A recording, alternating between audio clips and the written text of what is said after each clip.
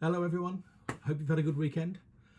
Today's provocation is called Borders, and we're focusing on a novel called The Island of Missing Trees by Elif Shafak.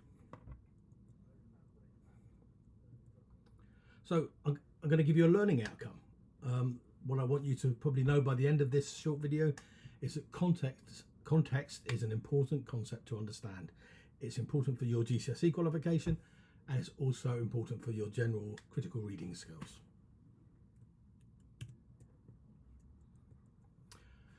So, the context. Just for those of you that might be unsure about what that means, the dictionary definition of context is the circumstances that form the setting for an event, statement, or idea, and in terms of which it can be fully understood. And the definition of context in English literature, and it is literature. We are studying a novel, so it's not entirely just language. The definition of context in English literature refers to the descriptions of events, people, and background information that offers the reader a clearer understanding of what is happening in a narrative. That text goes on to say there are lots of different examples of context in English literature, some of which include historical, cultural, social, political, religious, and biographical.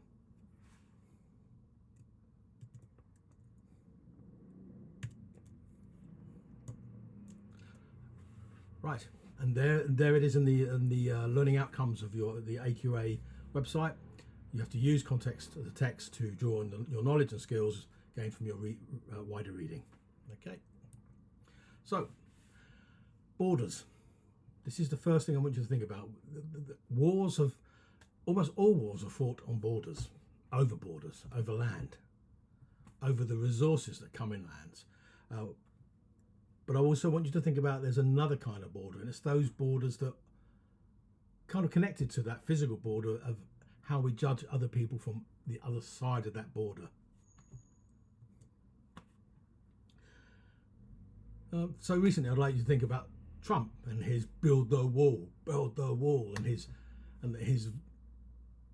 vicious language around how he discussed Mexican people, for example.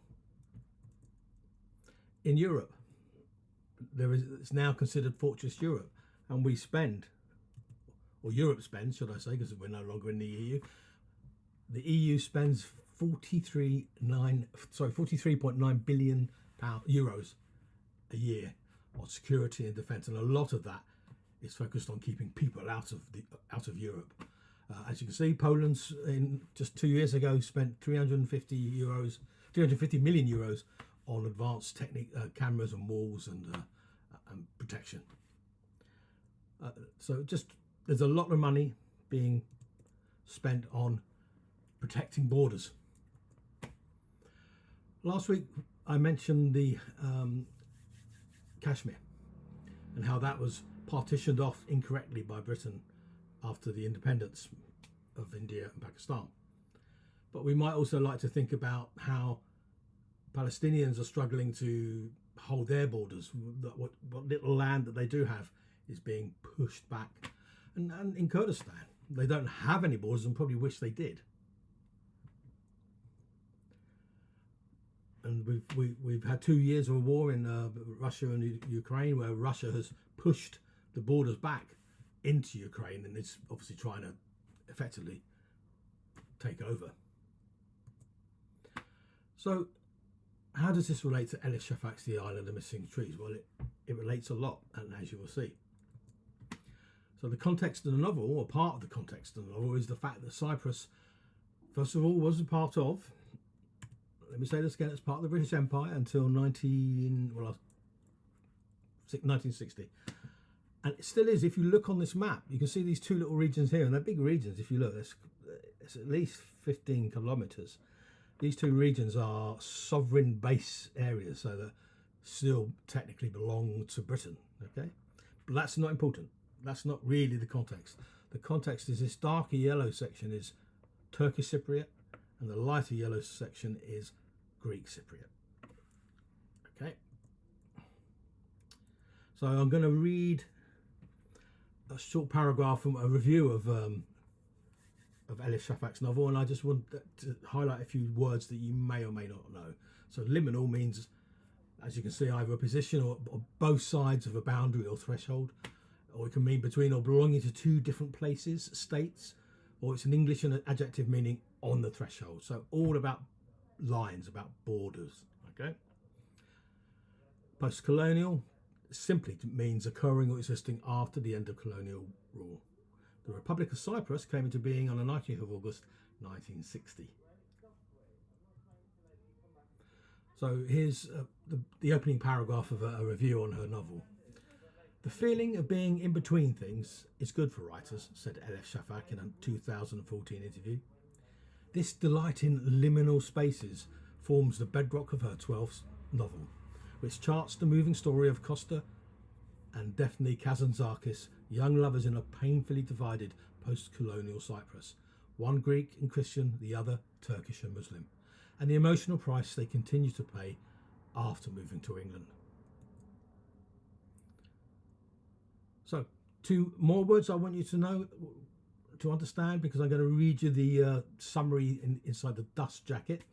So, immoderate means more than that is usual or reasonable. Surreptitious means an action or behaviour done secretly, and Ficus carica is a Latin word for fig tree. Okay, so by dust jacket I mean, oh, this doesn't work, how annoying. So I did a recording, but I'm recording it through something else and it's not working. It's the inside of that blue cover. There's a section where you can read a sort of summary of the story, if you like. Here it is.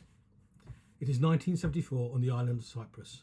Two teenagers from opposite sides of a divided land meet at a tavern in the city they both call home. The tavern is the only place that Kostas, who is Greek and Christian, and Daphne, who is Turkish and Muslim, can meet in secret, hidden beneath the blackened beams from which hangs garlands of garlic, chili pepper and wild herbs. This is where one can find the best food in town, the best music, the best wine. But there is something else to the place. It makes one forget, even if just for a few hours, the world outside and its immoderate sorrows. In the centre of the tavern, growing through a cavity in the roof, is a fig tree.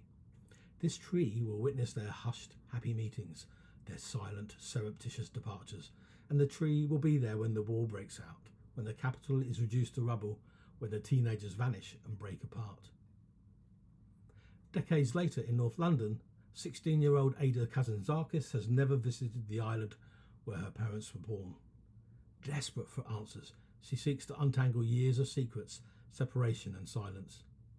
The only connection she has to the land of her ancestors is a Ficus carica growing in the back garden of their home.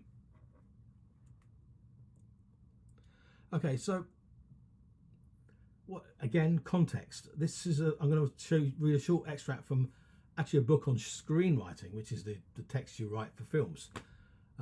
But it's very relevant here, as you will see. So obviously it's a story about two lovers that can't be together. Does that make you think of anything? I hope you're thinking that of Romeo and Juliet, because it's not, it absolutely isn't a retelling of Romeo and Juliet, but it's got comparisons that you can see. So here's the extract. The most important question we ask when writing a love story is, what's to stop them? For where's the story in a love story that starts, two people meet, fall in love, marry, raise a family, support each other till death do them part? What could be more boring than that? So for over 2,000 years since the Greek dramatist Menander, writers answered the question with the parents of the girl. Her parents find the young man unsuitable and become the convention known as blocking characters, or the force opposed to love. Shakespeare expanded it to both sets of parents in Romeo and Juliet. From 2300 BCE, this essential convention went unchanged until the 20th century launched the Romantic Revolution. So it's all those things that, as a reader, you have to bring to the reading of a text. It's the divided country, it's the love, it's the politics, it's a bit of religion, and there's this theme of trees running through it as well. And in fact, what I will say now is that it's a multi-narrative. So some of the stories set in 2010 is set on the young teenage girl, Ada. There's another timeline from the 1974 back in Cyprus, which is through the father. And very rather weirdly and quite interestingly, the third perspective is from the fig tree in the garden. Okay. Multiple narratives and dual timelines as well. So I want to end. This is the provocation now. So I hope you understand now how every text has context. But this is my provocation to you. This also won't work because it's a video and a video. So I'll have to read it for you. He's talking about an event where in Hawaii where he lived in the 1970s. There was a place up in the mountains that had these winds that gushed down, and it's where people went for sort of like a bit of a thrill, but it was also a place where people went to commit suicide. There was this thing that was reported in news where two policemen found this young man about to jump. One of them jumped after him, held him. The other policeman grabbed hold of him, and he was asked why he couldn't let this man go. And the policeman was asked why, and he said, "If I did, I couldn't have lived another day with myself." And what Joseph Campbell says is it's a metaphysical realization, which is that you and the one and the other are one, that we are all one. This is philosophical stuff here, but that you are two aspects of the one life, and that your apparent separateness is but an effect of the way we experience forms under the conditions of space and time. Our true reality is our identity and unity with all life. And I'll say that again. Our true reality is in our identity and unity with all life. So my provocation is be kind, be open, and be loving. Ignore the borders. See you next week.